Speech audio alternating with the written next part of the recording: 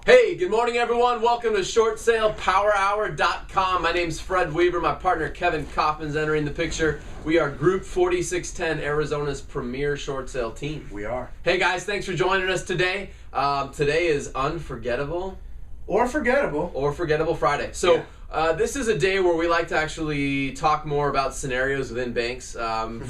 From week to week, we'll play around and do some different stuff. But historically, this is a day where we talk about scenarios with inside banks. Yeah. So we're going to share one with you today that involves Bank of America. And we're going to share it with you so that you can just shed light on what's going on out there. Yeah, I want to be really clear here before we get into the meat of this webisode that I'm not at all insinuating that I don't like Bank of America. No, I didn't say that. In fact, I really like Bank of America a lot. I've become a Matt Vernon fan. I might start a Matt Vernon Facebook Let's fan create page. him a fan page. I'll do that as soon as we're done. You guys, so I like Bank of America, and I got to say hats off to their management staff on this particular file for looking for a solution. Yeah. Now, but what's really going on in the background is a complete joke. Okay, so before I'm going to let you tell the whole scenario because, this week's been all about you. Because I like to talk. But before you tell the whole scenario, let's make sure we establish two things quickly here. And if you don't get it, then you need to watch it over and over and do research. Number one, the company you make your mortgage payment to every month is called the servicer. The company that owns the loan or the note or has a financial interest in it is called the investor. Servicer, make the payment. Investor, who actually owns the loan or has a financial interest in it. That's all I'm saying about that topic. Okay, so both of these loans. So both of these loans are serviced by Bank of America. Okay. There's a first loan that is owned by, I'm just give them out. Yeah, why not? Bank of New York. Okay. The second loan is serviced. And we only know that because we did good detective work. We always do good detective work. Go watch episodes on detective work if you like. So the second loan is serviced by Bank of America, and the loan is owned by Etrade. Wait, hold on. Isn't that a stock company? With a little baby, the little real funny commercials for trading stocks on your BlackBerry. Yeah, they have like the purple and green logo. Yeah, they're in the mortgage-backed security business. It's ugly like the Dallas Mavericks. Seems amazing. What a great idea, Coach. What an amazing idea, right? Yeah, amazing. So okay, here's the scenario. Offer 125, BPO 124, if I'm not mistaken. Maybe it was 127, really close, okay? I mean, it was an amazing deal. It was a no-brainer. Let's just say that. It's one that I qualified as a no-brainer. I actually categorized my short sales as brainer, no-brainer.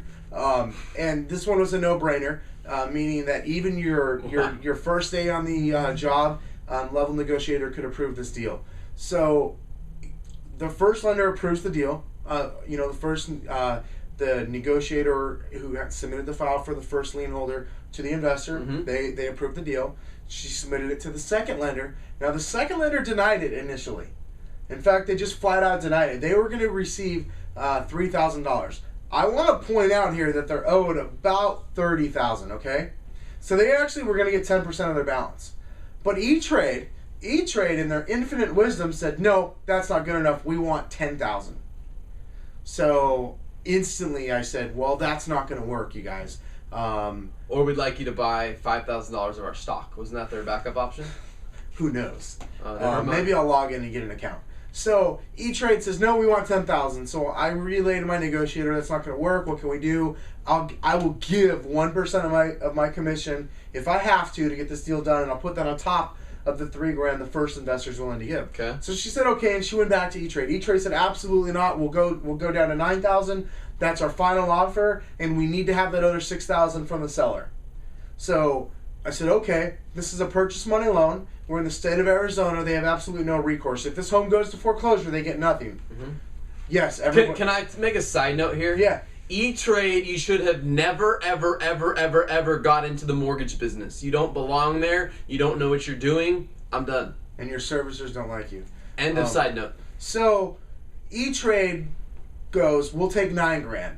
So basically I'm kind of blown away here because I know that at foreclosure they get nothing. However, that doesn't help the first investor either, and the first investor was more than willing to do this deal. So we went back and did a little negotiation, and the first investor said, we can give 6 and still make the short sale beneficial for us over foreclosure. And we did that by working through the servicer, of course, Bank of America, say, look, you service both loans. Like, I need you to advise your clients. They're both your clients. And so at some level they here, gotta play nice together. Home going to foreclosure means you have 2 clients that go to foreclosure. That can't be good for either one of them. No. So there's got to be a way that you as the servicer. Now, a lot of times banks say, well, we're just the servicer, and that's kind of like their new line. But that's like saying I'm just the real estate agent. Yeah. When you're the servicer, you have fiduciary responsibility to that investor. And even though that investor may have silly guidelines or ridiculous demands, the terrorist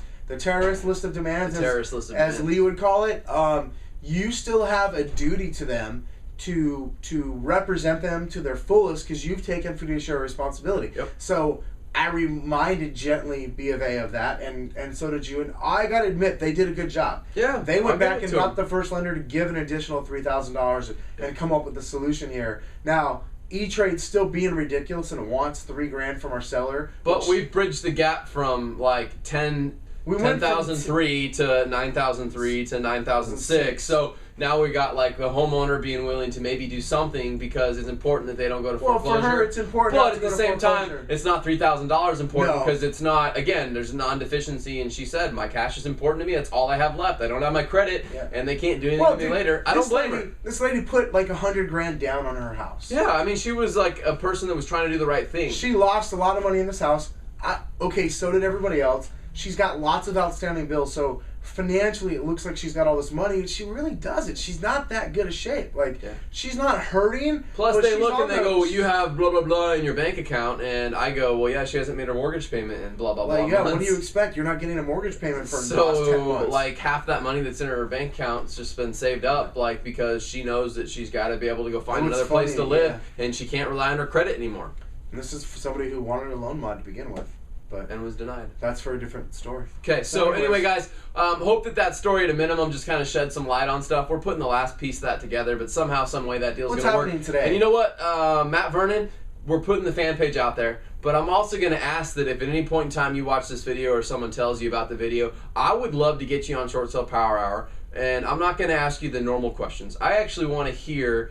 I'd love it if you'd even bring a sample copy of a master servicing level agreement from a first lender investor and a second lender investor, because I'd like to know how you as Bank of America balance the relationship to the first and the second lender through your master servicing level agreements to provide both of them service when you have an interest in both of their best interests. Because I'll tell you what, and I'm not calling. Please understand. I'm not saying like you're doing things wrong. Not calling you out. I'm just saying I don't know how that works. So I'd love it if you'd share with us, because I'm sure that's a challenge you face that you don't probably get asked about very much. But I'd like to know how you handle that, and maybe it's not that big of a deal to you. Maybe we perceive it's bigger than it really is. But to me, we encounter stuff that happens like this frequently, and I'd like to know how to make it work.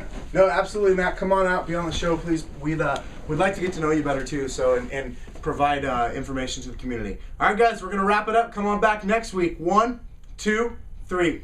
Short Sale Power Hour. Short Sale Power Hour. Crush it. See you soon, Matt.